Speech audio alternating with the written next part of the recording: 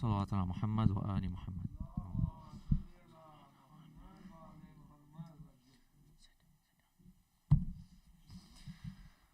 أعوذ بالله من الشيطان الرجيم. بسم الله الرحمن الرحيم. ألف لام ميم. تلك آيات الكتاب الحكيم هدى ورحمة للمحسنين الذين يقيمون الصلاة ويؤتون الزكاة وهم بالآخرة هم يوقنون أولئك على هدى من ربهم وأولئك هم المفلحون. ومن الناس من يشتري لهو الحديث يذل عن سبيل الله بغير علم ويتخذها هزوا أولئك لهم عذاب مهين. وإذا تتلى عليه آياتنا ولى مستكبرا كأن لم يسمعها كأن في أذنيه وقرا فبشره بعذاب أليم. إن الذين آمنوا وعملوا الصالحات لهم جنات النعيم خالدين فيها وعد الله حقا وهو العزيز الحكيم. خلق السماوات بغير عمد ترونها وألقى في الأرض رواسي أن تميد بكم وبث فيها من كل دابة وأنزلنا من السماء ماء فأنبتنا فيها من كل زوج كريم. هذا خلق الله فأروني ماذا خلق الذين من دونه بل الظالمون في ضلال مبين.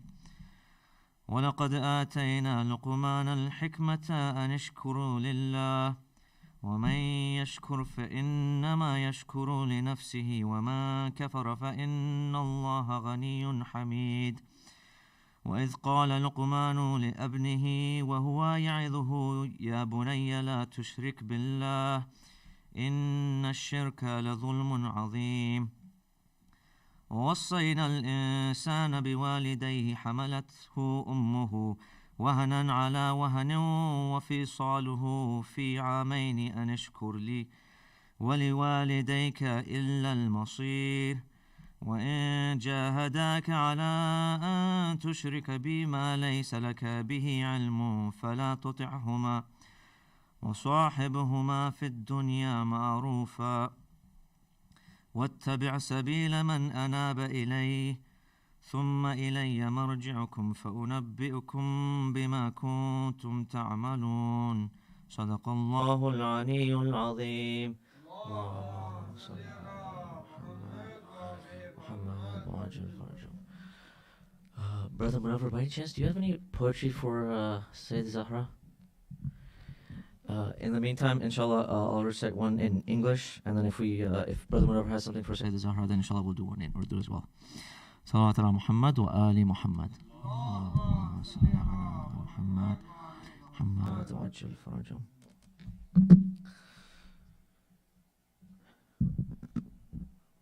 Her wisdom and the love she demonstrated still inspire today. The world still mourn her departure, as it was men's anger and greed which ultimately claimed her light away from her people. Brandishing their torches, they stood outside her home.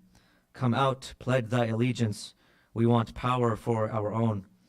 The assailants pounded even harder, and against the door they thrust. Between the wall and entrance, our flower she was crushed. The assault, it wasn't over, of that lady mild and meek. The enemies of her husband struck her hard across the cheek. She cried out loud, O Father, they have snapped the stem of your bud. And she miscarried her unborn infant and fainted in her blood. Her health rapidly diminished. Our Lady grew quiet and pale. She knew her time was coming. She ached and she was frail. She later called upon her husband, Ali, stay by my side. I have some things to tell you. My words you must abide. One request that I have for you is that once again you wed. My niece who loves my children, I have chosen her in my stead. Heed these words of mine, O husband. Please don't let them attend my funeral. Those who have done this when my life comes to its end. O Ali, when you bury me, don't dig a lonely grave. Dig several all around me, so they don't know where I am laid. And husband dear, you wash me and wrap me in my shroud. With your two strong arms embrace me and lay me in the ground. Once I'm there, do not forsake me. Sit by my lonely tomb, as my soul, like any mortal's, is fearful of its doom. God's will you cannot alter. I entrust my children unto thee. This maybe will console you. Of this world I will be free. She asked for her new garments and camphor her father had given, the scent of paradise that Gabriel brought as a gift to him from heaven. As her strength subsided and she knew her time was nigh, she made her ablution and towards the Qibla lay to die. She addressed her companion Asma, on her lips a secret smile. I am fatigued and want to rest, so call me in a while. After an hour, when Asma called, silence was the reply. She knew her desert flower had wilted and had died. As the news spread through the city, willing women gathered near, and men impatient to carry the body of Ali's Zahra dear. Abu Dhar called to the people, please in vain do not wait. Today her body will not be buried, as it is very late. Then quietly in the moonlight, with the chosen by his side, silently they bore the coffin of Ali's holy bride. And as Ali lowered her body to its final place of rest, two arms just like the Prophet's gathered her to its breast. Inconsolable, grieving, Ali's courageous heart then broke. Inconsolable and grieving, Ali's courageous heart then broke, and he gathered his motherless children, all tearful beneath his cloak. At the break of dawn, his house grew silent. As promised, he didn't disclose, nor did he answer any question of where he buried his Arabian rose. Salawat ala Muhammad wa ali Muhammad. Inshallah, brother Munawar uncle recite poetry in Urdu. Salawat ala Muhammad wa ali Muhammad.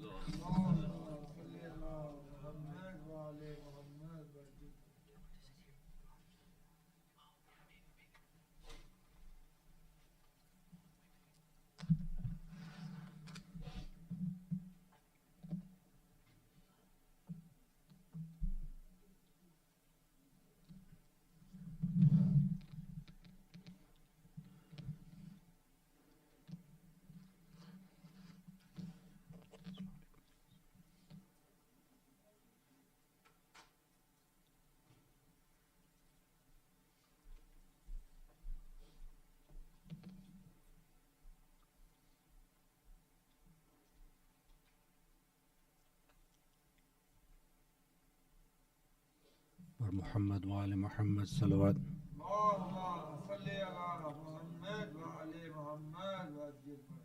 कहाँ जाए आखिर बयाबान हर सू, शिकस्ता है पहलू अकेली है ज़हरा.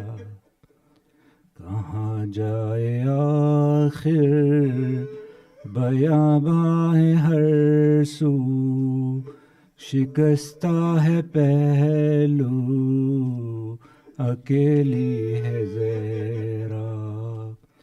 रोने पे पहरा मसायब का सहरा, अकेली है ज़हरा. दरे फातिमा को जलाया है तुमने, किया वादा अपना बुलाया है तुमने. तमाचे न मारो मुसलमान जाओ, अली को बुलाओ अकेली है ज़हरा. रोने पर पहला मसाइब का सहरा, अकेली है ज़हरा. اے لکھتے جگر اے حسن ابن حیدر یہ نانا کے پہلو میں سونے نہ دے گر تم آ جانا پہلو میں سو جانا ماں کے بکی میں یہاں پر اکیلی ہے زہرا رونے پہ پہرا مصائب کا سہرا اکیلی ہے زہرا شہ کربلا نے کہاں روک ماں سے یہ مظلوم بیٹے نے مظلوم ماں سے شہ کربلا نے کہاں روک ماں سے یہ مظلوم بیٹے نے مظلوم ماں سے اکیلا ہوں میں بھی اکیلی ہے زینب اکیلی ہے زہرا رونے پہ پہرا مصائب کا سہرا اکیلی ہے زہرا صلو علی النبی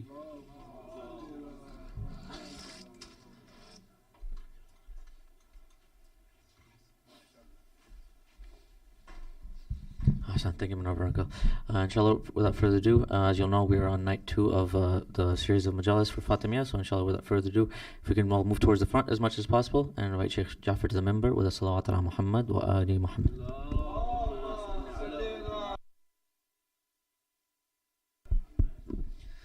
Also, we fixed the stream for tonight, but the men's projector is still not working. So, inshallah, we will fix that later tonight, inshallah. Salawat ala Muhammad wa ali Muhammad.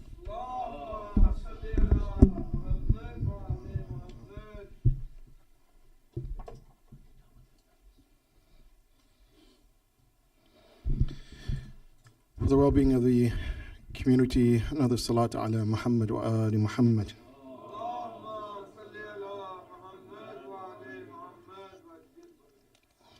And inshallah, for the hastened reappearance of Imam Zaman, an even louder salat ala Muhammad wa ali Muhammad.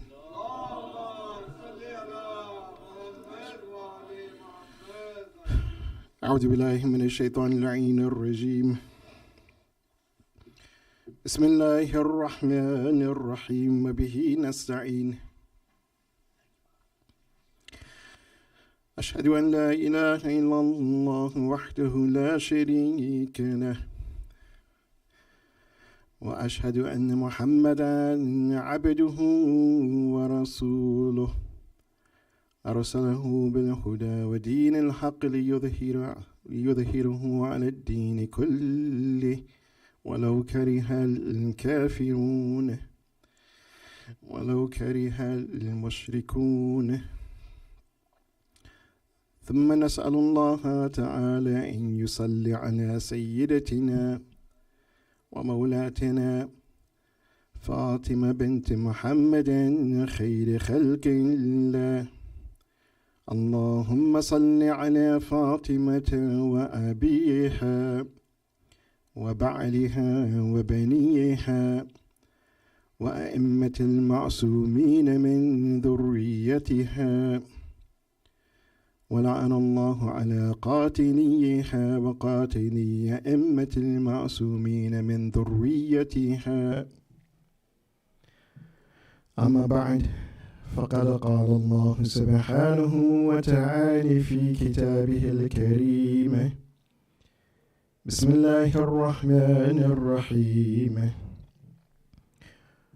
وربك يخلق ما يشاء ويختار ما كان لهم الخيرة سبحان الله تعالى عما يشركون صدق الله العلي العظيم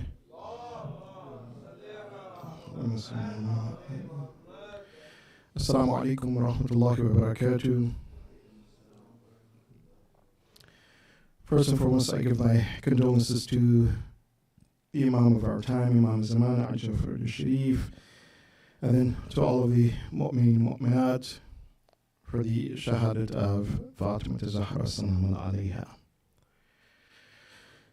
As we mentioned last night, among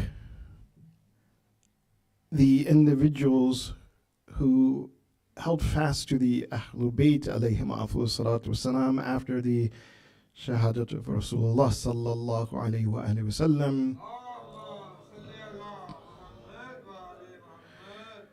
were a handful of people that you can count on your fingers. These individuals whom the Ahlul Bayt alayhim afdalus salatu wassalam, or Amir al-Mu'mineen Ali ibn Abi Talib alayhi afdalus salatu wassalam in particular, he says that only a handful of people in that time that they were on that path that Allah subhanahu wa ta'ala wanted them to be on. That path that Rasulullah sallallahu alayhi wa sallam, before his shahadat, he explained that in what place is the hidayah, the guidance from Allah subhanahu wa ta'ala. And those individuals, they were ones who, and they longed to be with Ahlul Bayt. Or in other words, they are those individuals who were or recepted or receive the tarbiyah, their education by Ahlul Bayt alayhim afdalus salatu. One of those individuals was Abu Umara, as we mentioned, and he was someone who Fatima Zahra salamu alayha, she had, and as we know from that encounter, is perhaps someone who fortified his iman to the point that he was known as the khawas of Amir al-Mu'mineen, one of those individuals who was close to Amir al-Mu'mineen Ali ibn Abi Talib alayhi salatu wasalam. And in that encounter, she expressed something that we began our discussion on, and that was that she told Abu Umara, she says, "Ama wallah law taraku al-haqqa ala ahli واتبعوا عتنة النبي لما اختلفوا في الله اثنان." She told Abu Umar, he says that if people had left that right where it should have been, meaning the walayat that Allah subhanahu wa ta'ala delegated to his prophet, and thereafter that right was delegated to the imams alayhim afdalus salatu wassalam, if people had left that intact and followed the Ahlul Bayt, then you would not find two people that differ with regards to Allah subhanahu wa ta'ala. And this is a very weighty thing when we see that, again, you just look at anyone who delves into Islamic studies, that how we begin to define Allah, describe Allah, or to define and understand what Allah subhanahu wa ta'ala wants from us as his creation. He said if that was intact, then not two people will differ on that. And of course, we can choose many different angles of what are those differences, just simply in the discussion of Tawheed between the Muslims. Again, of course, the Christians, they have their differences, the Jews have their differences, but among the Muslims. One of those things which we pointed out, and we were pointing out three things. Last night we discussed the dominion of Allah subhanahu wa ta'ala. This is one of the things, the most kind of evident things. And what we meant by the dominion of things was, yes, that walayat of Allah subhanahu wa ta'ala, that authority of Allah subhanahu wa ta'ala. And of course we all say that, yes, Allah subhanahu wa ta'ala, he has authority, but that authority is not simply theoretical. That we study in the books of theology that, oh, well, how is this qudrat of Allah subhanahu wa ta'ala? No, that authority of Allah subhanahu wa ta'ala exists in a tangible form in this world. And this, it comes through his prophets, the Anbiya alayhim salatu wasalam, and thereafter the A'imma alayhim salatu wasalam, and thereafter the Fuqaha. That walayat is carried on. And we spoke about that. And that's definitely someone who, and that's the concept of that, the faqih who has wilayah. In fact, Allah subhanahu wa ta'ala, he emphasizes this idea and concept in several places within the Quran. One of them, for example, in general, he says that the believers, al-mu'minun wa-mu'minat, ba'duhum awliya'u ba'din, meaning the believing men and women, they have wilayat over one another. Based on what foundation? يَأْمُرُونَ بِالْمَعْرُوفِ وَيَنْهَوْنَ عَنِ الْمُنْكَرِ. That they enjoin each other to good. To what? To what Allah subhanahu wa ta'ala wants from them. They forbid each other from wrong, meaning from transgressing the rights of one another or disobeying Allah subhanahu wa ta'ala. Allah subhanahu wa ta'ala is very clear about this in the Quran, about this idea of walaya and where that walaya lies. And we don't have time to go through the criterions for the amr bil ma'ruf and nahy anil munkar, but just as an example, one has to know what is good in order to enjoy the other is good. Allah subhanahu wa ta'ala, he says very clearly in the Quran that the Yahud and Nasara, the Christians and Jews, ba'duhum awliya'u ba'din, that they have wilayat over each other. Why? Because they're going to encourage each other to follow what they believe. Allah subhanahu wa ta'ala ultimately, he says that what? That he is the wali of the believers, and those who disbelieve, awliya'hum at-taghut. So this idea and wilayat exist. In fact, even for this ummah, Allah subhanahu wa ta'ala, he says that he has brought you forth linnas. He's brought you forth as khayrul ummah. To do what? And ta'muru bil ma'ruf wa tanhawna 'anil munkar. To enjoin, again, not Muslims, but the entire world, everybody, to enjoin them for what is right and forbid them from what's wrong. This is the responsibility of this ummah.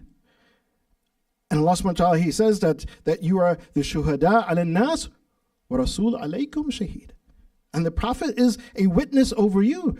That did you fulfill this duty and responsibility as this ummah ukhrijat nas, that Allah subhanahu wa ta'ala brought you forth or not?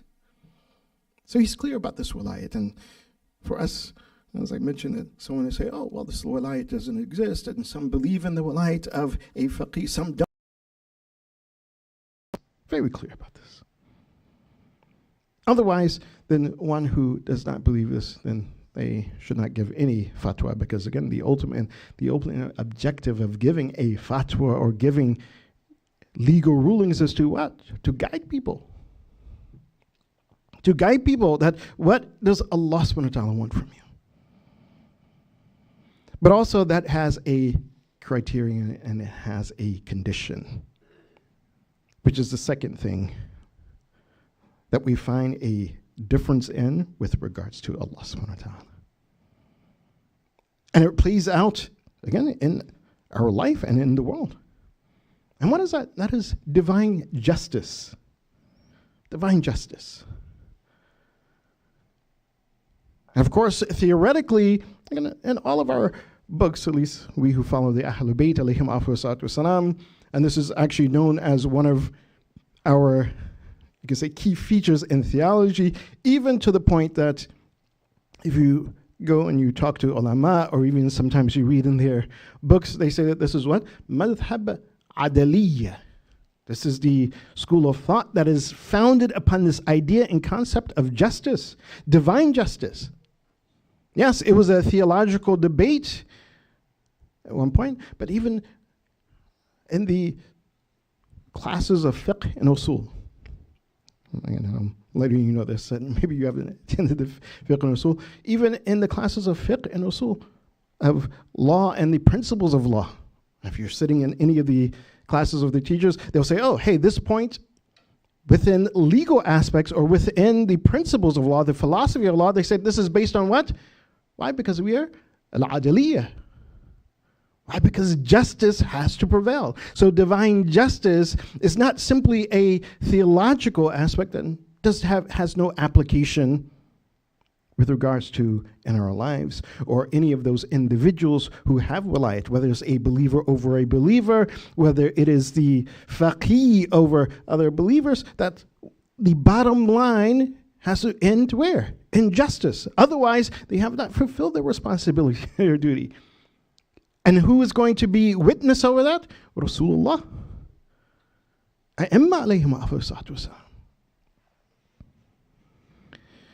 And with regards to this, so that we can truly understand this, we see that, as we mentioned, even this idea, because the Ummah people differed with regards to this idea and concept of justice and how justice is actually to play out in the society. Yes, it was a theological concept, but then, of course, that idea in their heads, it played out in how they interacted and how they engage with the Ummah after Rasulullah sallallahu alaihi wasallam. The Khawarij, for example.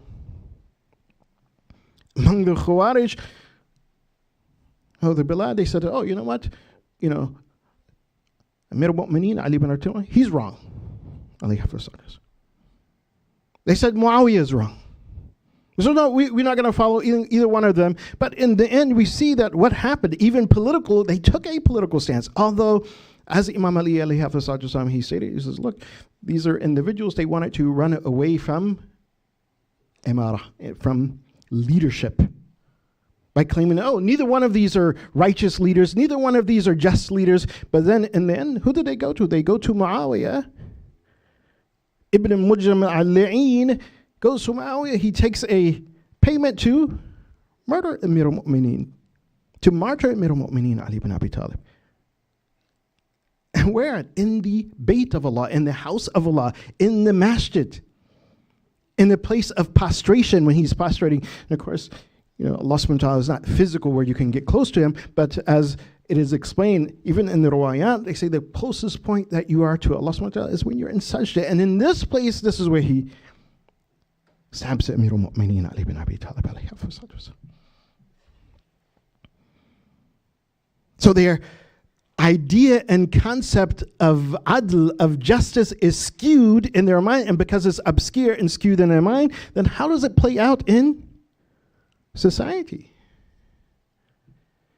One hadith from Rasulullah that we have, and this is, all the Muslims, they have this, and it's quite often quoted from many Muslims, no matter what their, you could say, their denomination is or their school of thought is. He said that Rasulullah sallallahu alaihi wasallam, he stated to help your brother ظالما أو مظلوما.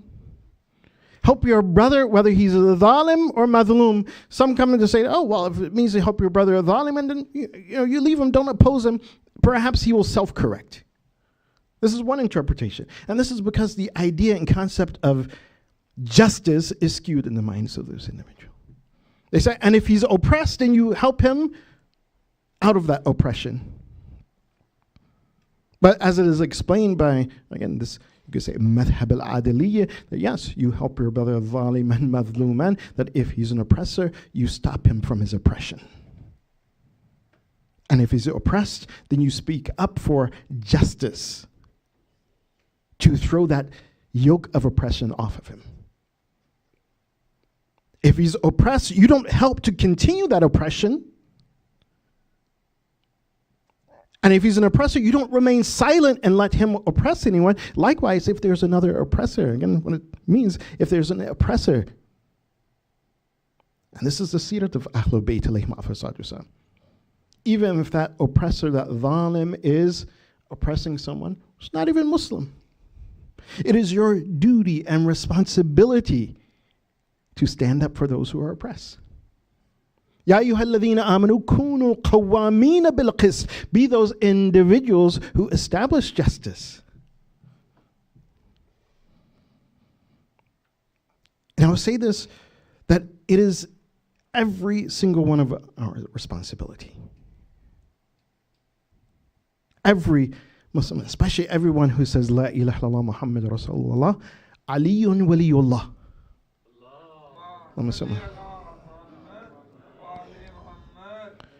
And of course, at the top of that list, obviously, it would be those individuals who know their deen. And the advice that Rasulullah sallallahu alaihi wasallam he gave to Abu Dhar, and again, we know Abu Dhar as one of those individuals. He was one of those individuals that you can count on your finger, that after Rasulullah, that where they stood with Amir al-Mu'mineen. The Prophet of Allah, he told Abu Dhar, he says, Ya Abu Dhar, he says, Al-muttaqoon sada. Wal-fuqaha qada. He says, yeah, Abu Dhar, those individuals who are pious, who are conscious of Allah subhanahu wa ta'ala, then these are the sadat. These are the individuals who are, you could say, worthy in society. These are, again, exemplary individuals in societies. And those who are fuqaha, and fuqaha here doesn't mean that the person simply knows fiqh and ahkam. Yes, he knows that, but that individual knows their deen in their entirety. How the deen not simply theoretically plays out in theology, but also how it is implemented in society. He says, وَالْفُقَهَا قَادَةٌ. And those individuals who have that understanding of their deen, they are the leaders. And unfortunately, if they are not leading the ummah in the right direction, then yes, that principle of justice will not be established. It becomes skewed. Again, the Khawarij, they had their ulama. But look at their concept of justice. Is it just to murder a mu'min, Amir al-Mu'mineen? In fact, as we have in our riwayat, Muslims, all Muslims, that moment in Ghiri al-Qum, and this is one of the things that Fatima Zahra, she was explaining to Abu Umara. One of the things is that dua of Rasulullah, that when he raised the hand of Amir al-Mu'mineen Ali bin Abi Talib, alayhi salatu wasalam, he made dua, he says, Oh Allah, Allahumma wali man wala, wa adi man ada. That, oh Allah, be the guardian and have the wilayat and authority of that individual who accepts the wilayat and the authority of Amir al-Mu'mineen Ali bin Abi Talib, alayhi salatu wasalam. And whoever is his enemy, oh Allah, you become his enemy. Why? Because Amir al-Mu'mineen, what? Ma'al haq wal haqu ma'ali. And did not Fatima Zahra, she says that if that haq was left with its people, you wouldn't find two people that differed about Allah subhanahu wa ta'ala. Allah. Murji'ah, for example, another group, developed later. These individuals, they practice what is called irja, that, oh, well, we're going to abstain from making any judgment. Again, there was the conflict earlier, and the Murja is a little bit later, but there's a conflict. What happened between Amir al-Mu'mineen and when he became the Khalifa, and Uthman, they said, oh, well, we're going to withhold judgment. We're not going to say that Uthman was wrong or Ali was wrong. We're not going to say Muawiyah is wrong or this is wrong. We're not going to say, oh, well, Yazid is wrong or Hussein is wrong. No, we'll withhold judgment. But again, where is the justice?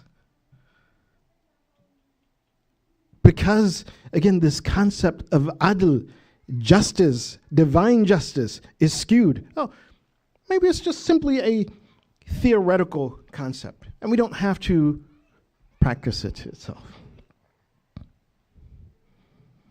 We don't have to have some tangible effect of this.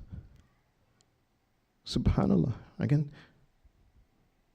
one of the most truthful persons, and everyone knows this, the most truthful person, not ma'sum,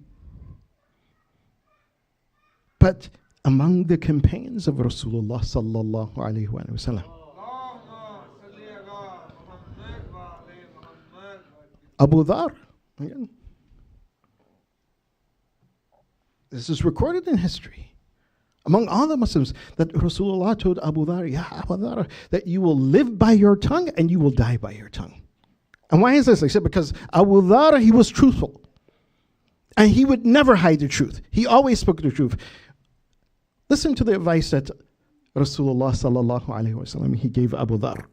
He said, Ya Abu Dhar, min ijlalillahi ta'ala ikramu sultan al-muqasid. Subhanallah. And this is what Abu Dhar, he's telling people. This is the principle that he lived by. He says, oh, Abu Dhar, he says, min ijlalillah. SubhanAllah, the words of the Ahlul Bayt alayhim are precise. Min ijlal. Ijlal means the majesty of Allah subhanahu wa ta'ala. They say Allah subhanahu wa ta'ala, He has two sets of names that we kind of divide them into, and we want to see that, okay, well, what type of name is? So we say that we have the names of ijlal and the names of rahmah, the names of mercy and kareem and forgiving. Then we have the majestic names of Allah subhanahu wa ta'ala. Like what? Qahar, the one who is strong. We have those Jalali names. For example, He is Allah subhanahu wa ta'ala, mu'adhib, that Allah subhanahu wa ta'ala, He is the one who punishes. So why? Because these are strong names of Allah. Allah is Qadir. These are the names of majesty, the names of strength. So He tells Abu Dhar, He says, if you want to magnify Allah subhanahu wa ta'ala's strength, His jalal, His majesty, then how do you do this? He says, Ikram is Sultan al-Muqasit. By respecting a person in authority, but not any person in authority, the one who is just, a just leader. He says, this is how you exalt and you hold up the majesty of Allah subhanahu wa ta'ala.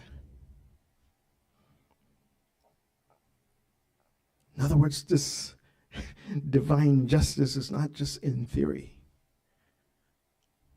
I'll give you another example, and again, especially we who say that we follow the Ahlul Bayt alayhim wasalam. Very simple. We believe in divine justice, and all of you study this, correct? In weekend school, or have heard someone speak about this, correct? Correct? All right.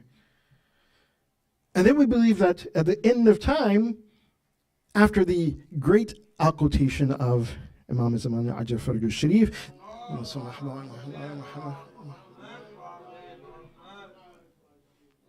that he will return, also along with Isa ibn Maryam, he will return to do what? To fill the earth with justice after it was filled with injustice. In fact, even we'll step back even from our belief as Shia. This is a belief of all Muslims. They said that, well, there will be a Mahdi. Yes, we differ on who that Mahdi is or whether he's born or not born. But they say, yes, at the end of time, a Mahdi will come. And what will he do? He will come and he will fill the earth with justice. Why? Because it has been filled with injustice.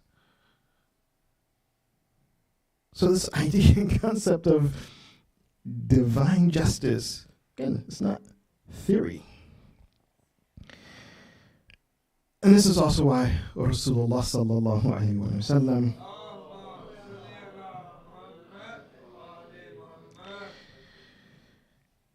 he expressed this idea. Amir al-Mu'mineen alayhi wasallam, he also kind of emphasizes this too, or he expresses in the same way. So the Prophet says, قَسَمَ ظَهْرِي رَجُلَانِ عَالِمٌ مُتَحَتِّكٌ وَجَاهِلٌ مُتَنَسِّكٌ. The Prophet says, he says, two things have broken my back. And again, because this affects the entire ummah.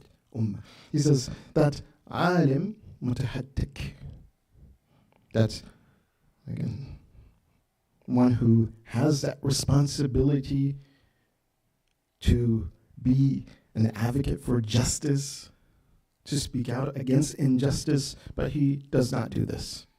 He destroys this maqam, or this responsibility. And then that person who does not have complete understanding, he's just involved in his ibadah. Imam Ali alayhi in a different place, he says kind of a similar thing, but he explains it. He says, why? He says, because that individual who knows but does not speak out against injustice is not that banner of justice. He says what happens is that destruction, because that's what the action leads to, because it's not leading people to that nur that Allah subhanahu wa ta'ala wants. Allah subhanahu wa ta'ala, He says, Allahu wali. This walayat is what? Waliyul ladina amanu. Yukhrijuhum min al-dhulumat. Take them out of darkness. Again, it's a double entendre in itself. Yukhrijuhum min al-dhulumat. Min al-dhulumat meaning what? Not simply darkness. Oppression and injustice. Why? Because it is darkness. To take them out of that darkness of oppression and injustice, يُخْرِجُهُمْ مِنَ الظُّلُمَاتِ إِلَى النُّورِ. To light. And what is that light? Justice. Connection to Allah subhanahu wa ta'ala, walking on the path of Allah subhanahu wa ta'ala. But those who disbelieve, أَوْلِيَاءُهُمُ التَّاغُوتِ يُخْرِجُونَهُم مِنَ النُّورِ إِلَى الظُّلُمَاتِ. That those who disbelieve, that they are awliya, those who have walayat and authority, takes them away from that light and takes them to where? To darkness, to injustice. Or they're silent about injustice.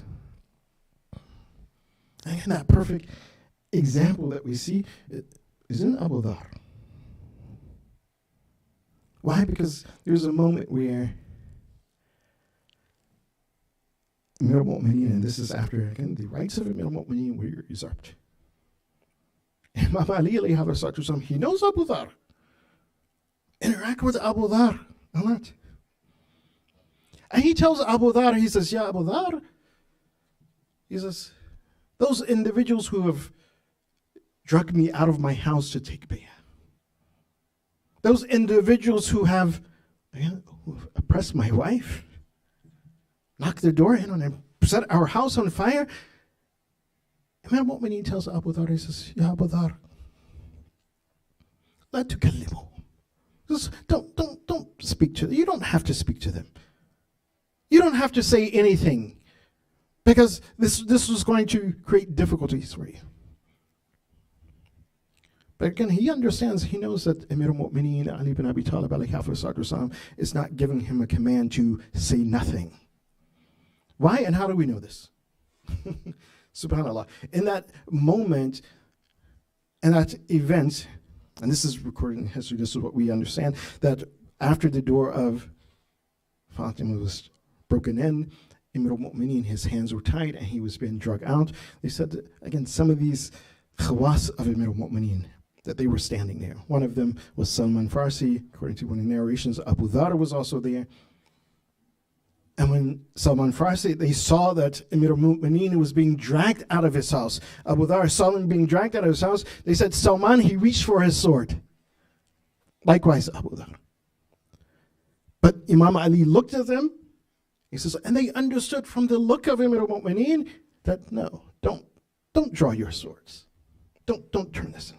Just simply from the look of Amir al-Mu'mineen, they understood it. Again, this is why we said even last night, there's a difference between those individuals who, oh, hey, we just love the Ahlul Bayt, or we follow the Ahlul Bayt in certain aspects, and those individuals who the Ahlul Bayt themselves, they say, this is from min shi'atina. Why? Because they understand the Ahlul Bayt simply by looking at them. They understand that. So when Imam Ali alayhi salatu, he told Abu Dhar, he was like, look, you don't have to speak to them. It's going to bring some difficulties about.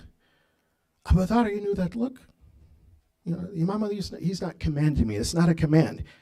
He's letting me know that, yes, it's going to be difficulties. But you know what? I'm going to take on those difficulties because I cannot be silent in the face of injustice or oppression.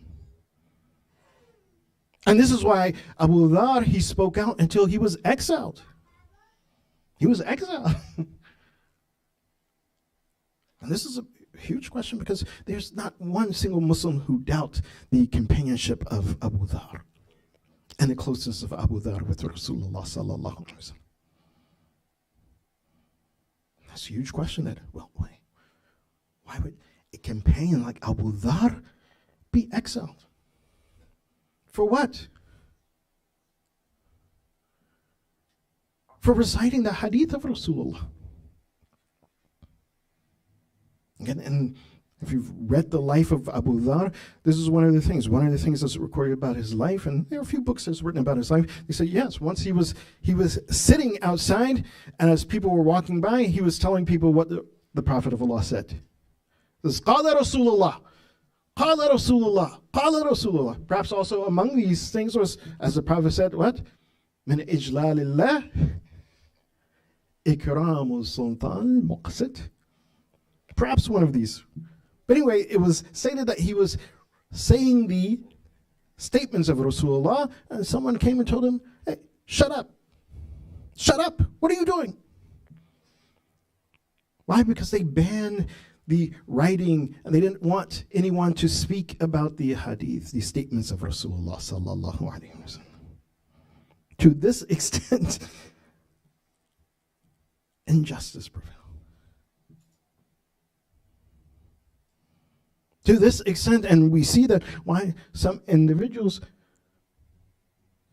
perhaps some individuals, perhaps even you could say those are only a few who may not know of what happened or what went on. But subhanAllah, Fatima Zahra, salamu alayha, as we know, she went to the house of each and every person in Medina. So, hey, don't you remember what my father said? Man kuntu mawlahu hadha aliyu mawla? She stated in her khutbah, this is the khutbah in the masjid of Rasulullah. She said what?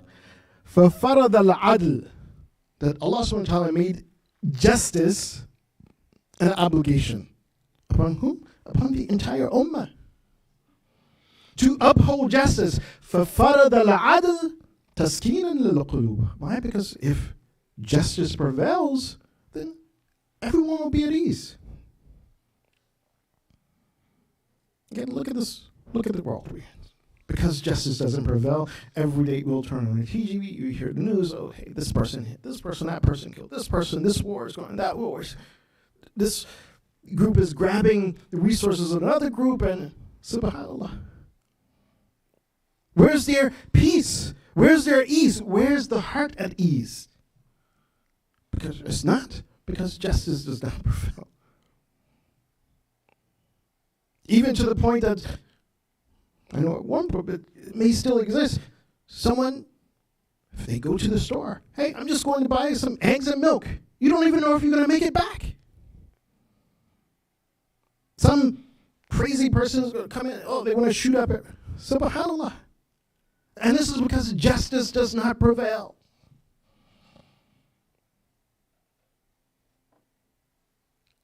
Again, that justice is not theoretical. Salawat alayhi.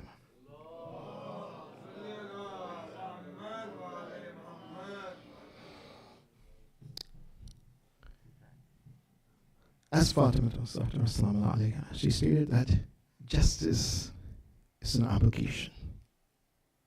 She did itmam hujjah, that Allah subhanahu wa ta'ala made it an obligation for us.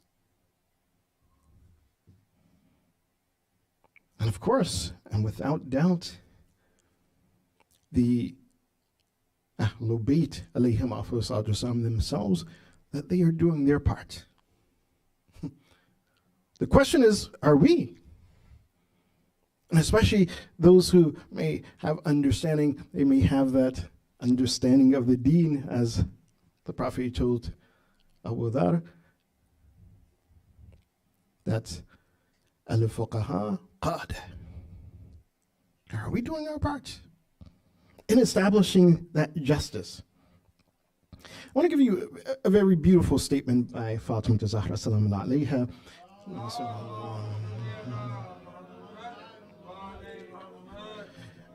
And this is what she told to Abu Umara, again, one of those individuals who was close to the Ahlul Bayt.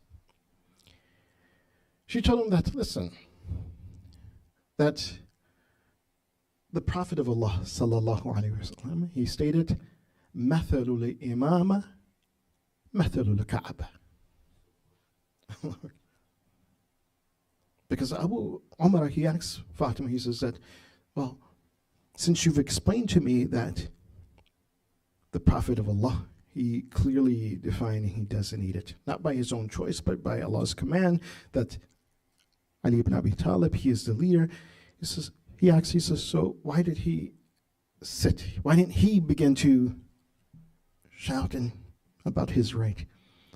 So Fatima Zahra salamu alayha says that, as Rasulullah stated, Mathalul Imam, Mathalul Kaaba. He says that the resemblance of the Imam is like that of the Kaaba. They are similar to each other. And she explains how so.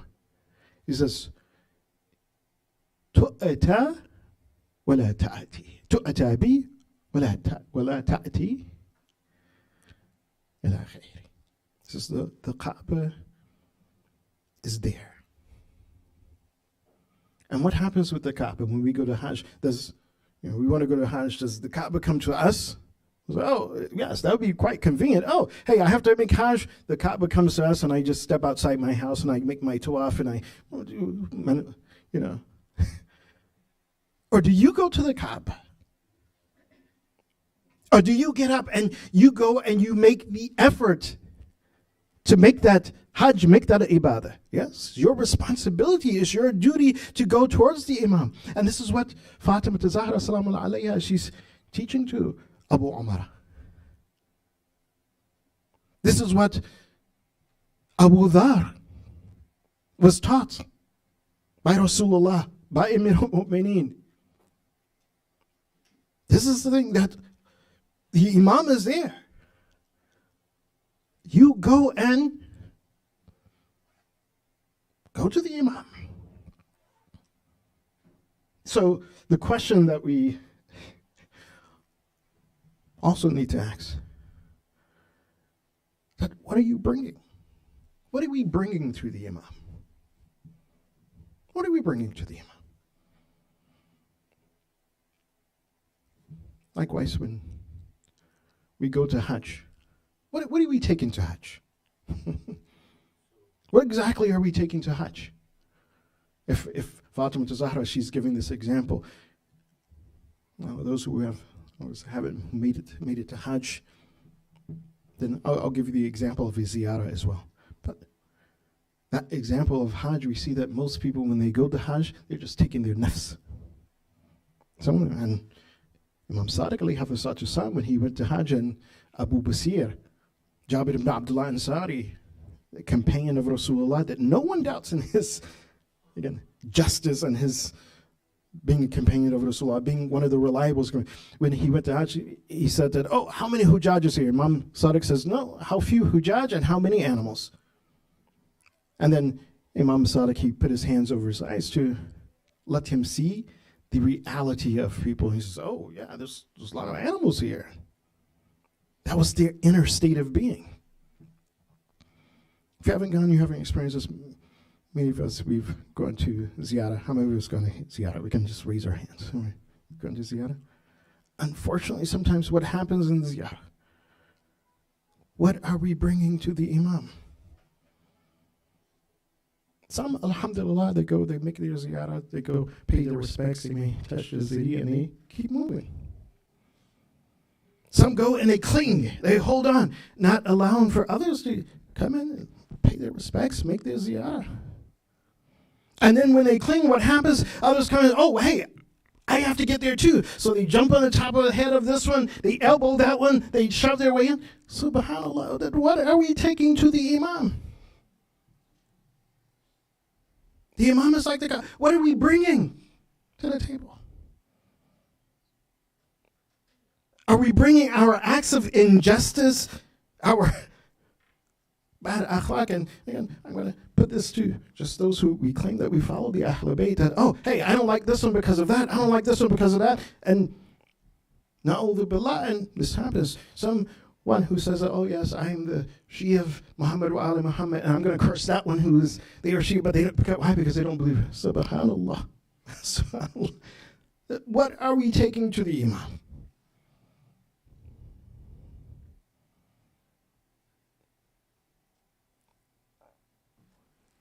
Imam Zaman Ajal Faraj Shif. And this Allahumma salli. Imam Zaman. that dhuhur that we say that we're waiting on. So, he's waiting for us to see what are we going to bring to him. Are we bringing our position and our stance of justice with him? With us? That yes, Imam, I'm ready. Why? Because I was like Abu Dhar. If I saw the injustice, I'm going to speak against it. If I saw the oppression, I'm going to do what I can. Maybe I can't be like Abu Dhar, but I'm going to make sure that, hey, you know what? I need to safeguard certain people from injustice. Or I need to wake this individual up. Maybe he doesn't believe the way I believe, but look, I need to wake him up. So that, again, I can say, yeah, Ibn Rasulullah, yeah, Imam Saman, look, I did my duty to make sure that I'm connecting those individuals to you. I'm coming myself with this position of justice. I'm coming myself. You know what?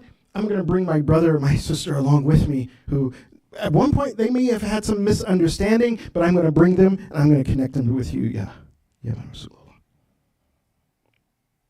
Why? Because we see this in those individuals who are the Shia of Muhammad wa Ali Muhammad. Because after the Shahadat of Rasulullah sallallahu alaihi wasallam, there were people who were disillusioned. I'll just give you two examples. One example was Usama. This is the very Usama who Rasulullah sallallahu alaihi wasallam, he told him, he says, Usama, you go lead the army and go on. Why? Because of Rasulullah, he wanted to stop what was going to happen in Saqifa. Usama went out. But what happened? People disobeyed Rasulullah and they didn't go with Usama. But after the Shahadat, the demise of Rasulullah, Usama, he began to doubt. And he didn't fully support or accept Amir al-Mu'mineen or the wilayat of Amir al-Mu'mineen. But look at the example that we get from our Imam. They said when Usama, when he was in his last, Imam Hussein alayhi salatu came to Usama. Even Usama, he was surprised. And he asked Imam Hussein, he says that you come and you make ziyarah for me while I'm sick and in a state. And I know I didn't support not your father the way I should have, or your brother the way I should have. Why? Because he was disillusioned. Again, told this or that, take it this way. And Imam Hussein alayhi salatu, he says, first of all, he says, it's the haqq of a believer that, at least someone who says La ilaha illallah, that he is visited. He says, so I'm fulfilling that duty, I'm fulfilling that right. Usama asked him, he says, is there a moment of tawbah? Can I make tawbah for not doing what Imam Hussein? He says, yes. But he was disillusioned after Rasulullah. Although he was given that order by Rasulullah. Another person, again, and this individual, some of you may be surprised because unfortunately, many people don't look into the history. But this individual also was disillusioned. But we know him as someone who is much greater than ourselves, much greater than many of the companions of the Ahlul Bayt. Why? Because he was one of the shuhada in Karbala. Zuhair ibn Qayn, who was Hur qabla al-Hur. He was freed before Hur was even freed. If you read the history of Zuhair ibn Qayn, in the history, and even as in our history, we say that Zuhair ibn Qayn was what? Uthmani. Meaning that in the differences that occurred between Amir al-Mu'mineen and Uthman, as you say, that he sided with Uthman. He was like, no, Uthman is right. Ali ibn Abi Talib is wrong. And according to some of the ulama, some of them, he said that when Muawiyah gave that order that, curse Amir al-Mu'mineen, remember that some say that, he was also among them. Allahu Akbar. But he goes from being Uthmani to Husseini. Why? One of those reasons is that a seed was planted in his heart. I'm going to get to that. And when Imam Hussein alayhi was on his way to Kufa, and we know the story, that Zuhair ibn Qayn, he was going in the opposite direction. Imam Hussein saw from a distance. This is why Zuhair ibn Qayn, he hesitated. When Imam Hussein called him, he was like, he hesitated. But his wife told me, he says, look, this is, because he knew as well, this is Sayyid al-Shabab Ahl Jannah, the grandson of Rasulullah. Go and see what he wants. He says, don't disrespect him. Zuhair ibn Qayn eventually went. And in this moment, he became Husseini. But why? There was a seed that was planted. Imam Hussein, if we know the story, Imam Hussein, he tells Zuhair ibn Qayn, he says, but come and join me. I want you to join me. At first, Zuhair ibn Qayn says, I'll give horses, I'll give men. Muhammad says, no. He said, if you want to give that, you keep that. No, you have to come. Then Imam Hussein reminded him of something. He says that you were a person who was the companion of Salman Farsi in war. And in war, you kind of vow to look out for each other. And Zuhair ibn Qayn, he heard this, that seed that was planted, it was a seed that was planted by Salman Farsi. And the war, again, we don't talk about this war because most people, again, don't study. It was a war, one of the battles of between the, as they call it in academics, the battle between the Arab and the Khazars, the nomadic Turkic group. It was a battle at Balanjar. And this is kind of like in the Turkish area, so geographically, like going past Azerbaijan, a little bit past even Albania, so Balanjar. And this war had been started by, it was during the time of Uthman. It's about a look that Salman Farsi is fighting in a war during the time of Uthman. In other words, under that Shil Uthman, but it's not in those initial wars with the nomadic Turks, with the Khazars. At one point, because the Khulafa, they were expanding, going to war with people, but in one of those engagements, what happened is that the Turks, and according to some of the narrations that historical accounts, that even the Persians at the time, the Sasanians, they joined with the Turks to come and to crush in on the, some of the, at that time, no, not, because part of Iran, there was, what we know as president of Iran was Muslim, but some of the other areas, they joined together and joined forces with the Turks in order to, they wanted to infiltrate and encroach upon Muslim lands. So Salman Farsi, and of course I'm sure we know that Salman Farsi, he's not going to do anything without the pleasure of Ahlul Bayt, that he went to defend. He went to defend the lands of the Muslims. And Zuhair ibn Qayn was with him, and they decided, okay, we're going to look out for each other, watch each other's back in this battle. When the battle was won, Zuhair ibn Qayn, he states this when he leaves from the camp of Imam Hussein and goes back to his family, tells them, look, I'm packing up, I'm going. He says that when we were there, he says that once we won that battle, and there was the spoils of the wars, sheep and these type of things, I took them. And Salman Farsi, he told me, he says, أَفَرَحْتَ بِفَتْحِ اللَّهِ عَلَيْكُمْ? He says, are you happy that you've won this battle, that this battle has been won? Of course, he says, alaykum, that this battle has been delivered to you by Allah subhanahu wa ta'ala. You're happy about that, and you're gaining these spoils of war? So apparently it's showing that Salman Farsi, he was like, no, I'm just doing my duty to defend the Muslim world.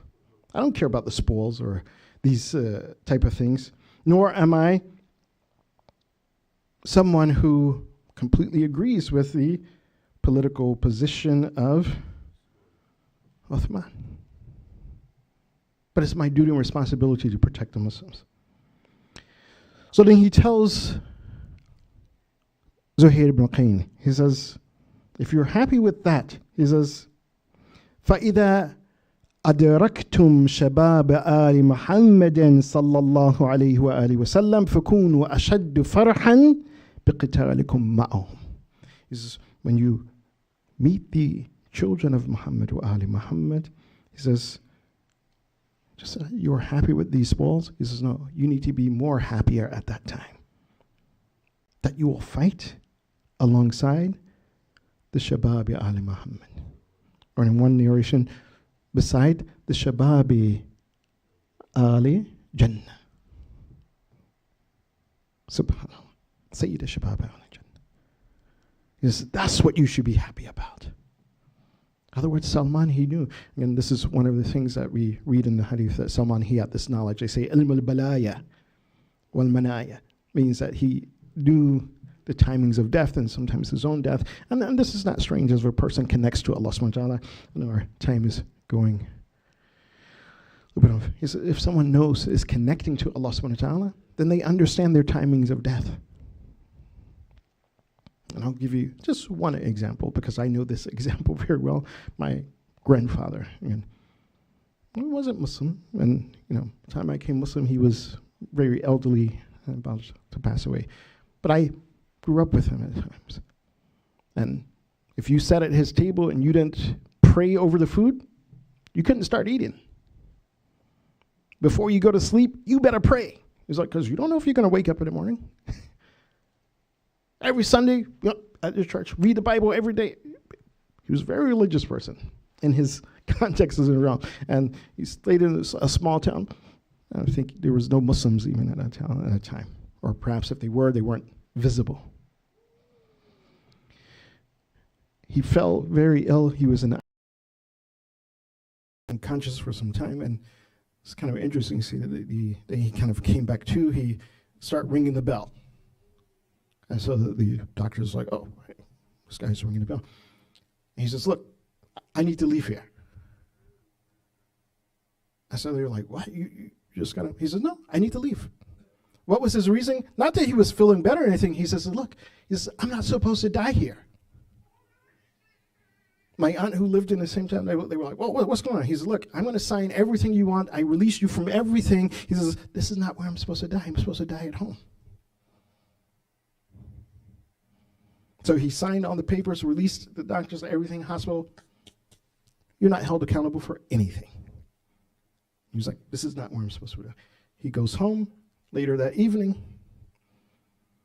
My cousin, who's a nurse, goes and stays with him overnight at his house. He wakes up in the morning. My cousin's on the couch. He comes in, he sits beside her, he smiles, and he passes away. Again, this is someone that if they are striving to connect to Allah subhanahu wa ta'ala, Allah will give you this understanding. It said Salman Farsi that he had this knowledge. And he's telling Zuhair ibn Qayn, he says, be happy when you're asked to go and fight with Syeda Shabab. And when he meets Imam Hussein just reminds him, he says, you were in the war with Salman Farsi. You was his companion in war. Immediately he remembers, meaning that the Shia of Ali Muhammad, again, no one doubts about the Shia, that Salman Farsi is among the Shia of Ali Muhammad. Minna Ahlul Bayt, as the Prophet said. That he plants the seed of the love of Ahlul Bayt in the hearts of people. Whereby this individual, Zuhair ibn Qayn, goes from being Uthmani to Husseini, Zuhair ibn Qayn, who again receives the salams of Imam Zaman, the Imam of our time. That Imam Zaman says, Assalamu alayka, or Assalamu ala Zuhair ibn Qayn, al-Qa'il lil-Hussein. Subhanallah. to plant that seed.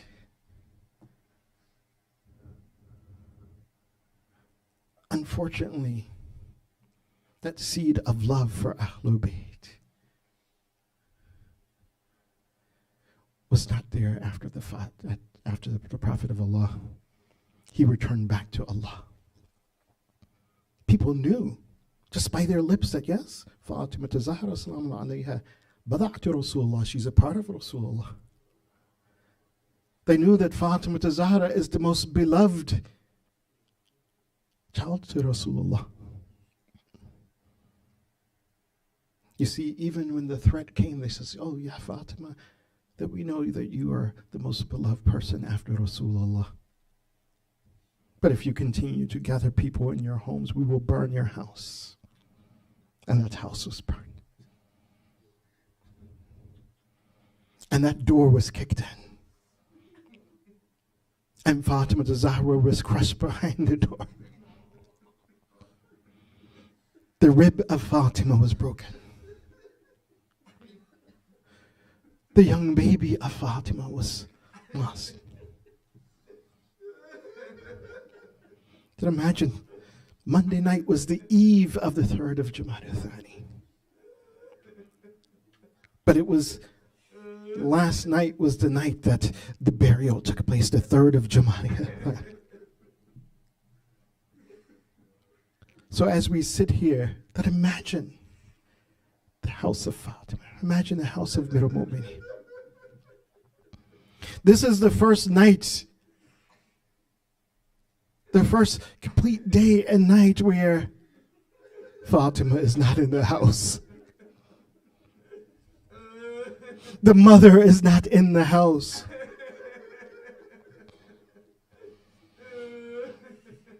This is a night, as one poet says, that a night like this where the mother is no longer home. Why? Because she's buried.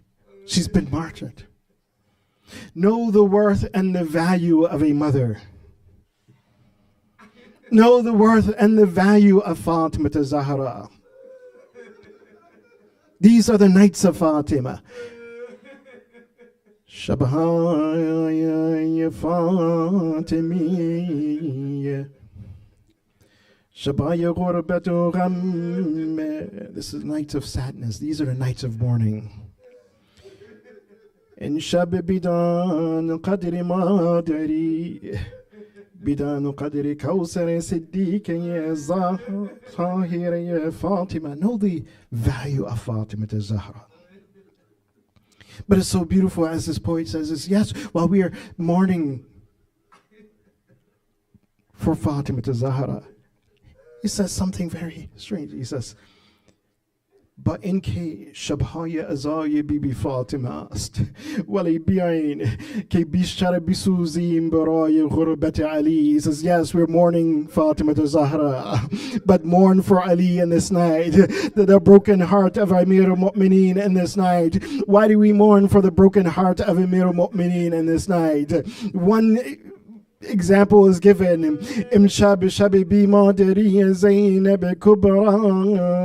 That this is a night that Zainab Kubra, he doesn't have her mother with her. This is the night.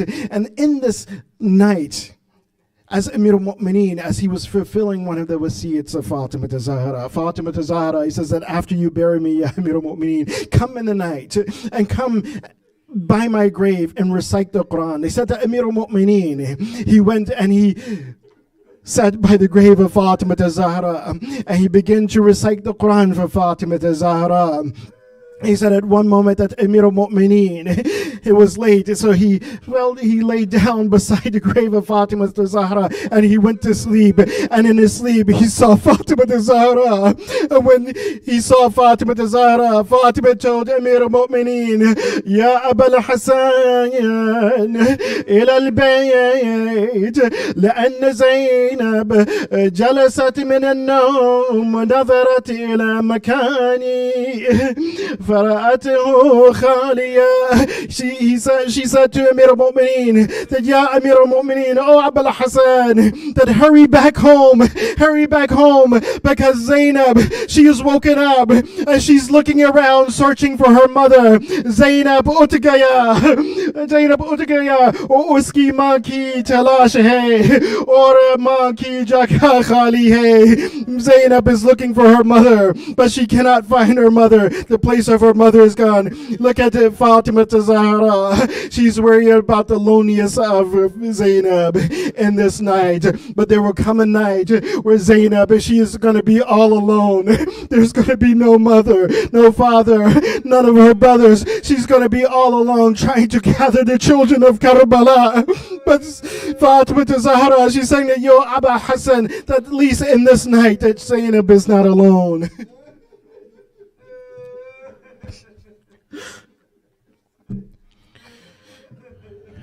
Inna lillahi wa inna ilayhi raji'un.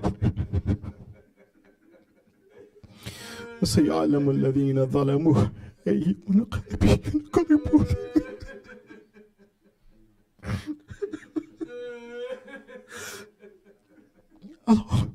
اللهم بحق هذا المجلس الفاطمي اغفر ذنوبنا واستر عيوبنا وقضي حوائجنا واشفي مرضانا ورحم امواتنا وعجل fridge مولانا صاحب العصر والزمان واجعلنا من اعوانه وانصاره والمستشهدين بين يديه وتحت لوائه باقي محمد وآل طاهرين.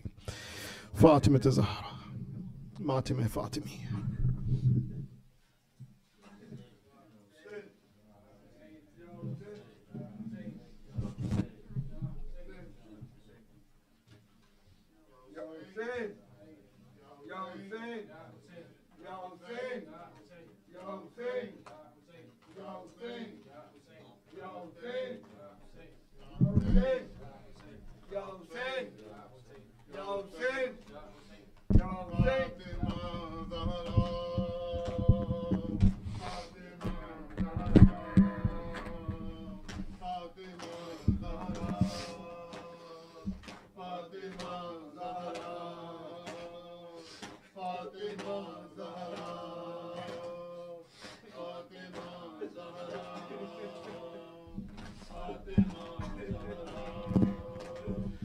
Ya Zahra, Ya Zahra, Ya Zahra, Ya Zahra, Ya Zahra, Ya Zahra, Ya Zahra, Ya Zahra.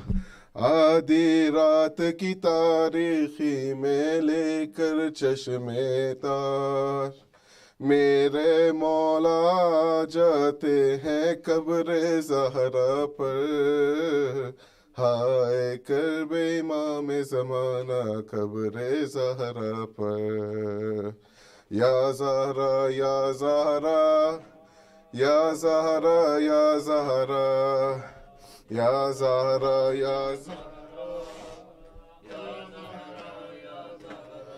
سر کو جھکا کر قبر پہ آ کر روتے رہتے ہیں چھپ کے جانے کیا کیا مولا کہتے ہیں صبح تلیہ کی ہے صدائیں مرکد کے اندر یا زہرا یا زہرا یا زہرا یا زہرا یا زہرا یا زہرا جیسے بعد عصر ہوا تھا لاش پہ سر کا ہاتھ ماں کی مرکد کو کر ڈالا ظالم نے پامال دور تلک بس ریت ہے پھیلی مٹی اور کنکر یا زہرا یا زہرا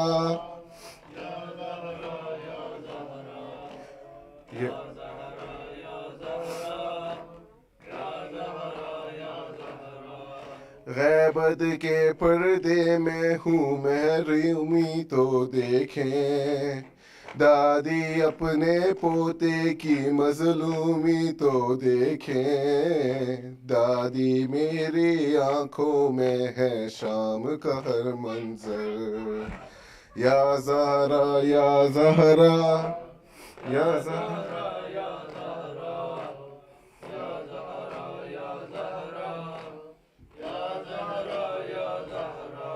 عرش الہی ہلتا ہے تو تارے روتے ہیں، دادی آپ کی مظلومی پر سارے روتے ہیں، گریہ کنواں ہے سارے امام اور سارے پیغمبر، یا زہرا یا زہرا یا زہرا یا زہرا.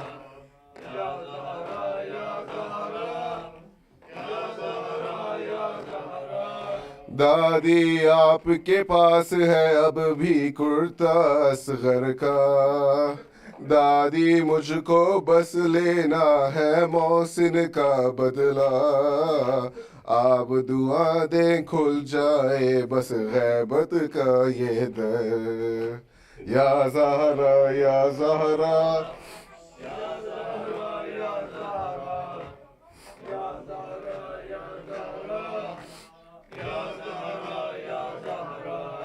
ہاتھ میں ہے اس وقت بھی میرے حیدر کی تلوار، میں تو ہر ایک صورت میں ہوں آنے کو تیار، رو کے کمر مولا نے کہا تیار نہیں لشکر، یا زہرا یا زہرا یا زہرا یا زہرا یا زہرا یا زہرا یا زہرا یا زہرا. صلوات علی محمد وعلی محمد.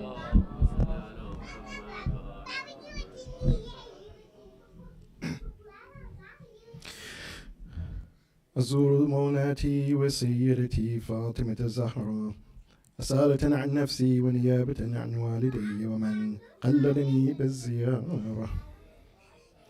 السلام عليك يا سيدة نساء العالمين، السلام عليك يا والدة الحجج على الناس أجمعين، السلام عليك يا أيتها المظلومة الممنوعة حقها. اللهم صل على أمتك وابنة نبيك وزوجة وصي نبيك صلاة تزلفها فوق زلفى عبادك المكرمين من أهل السماوات وأهل الأرضين.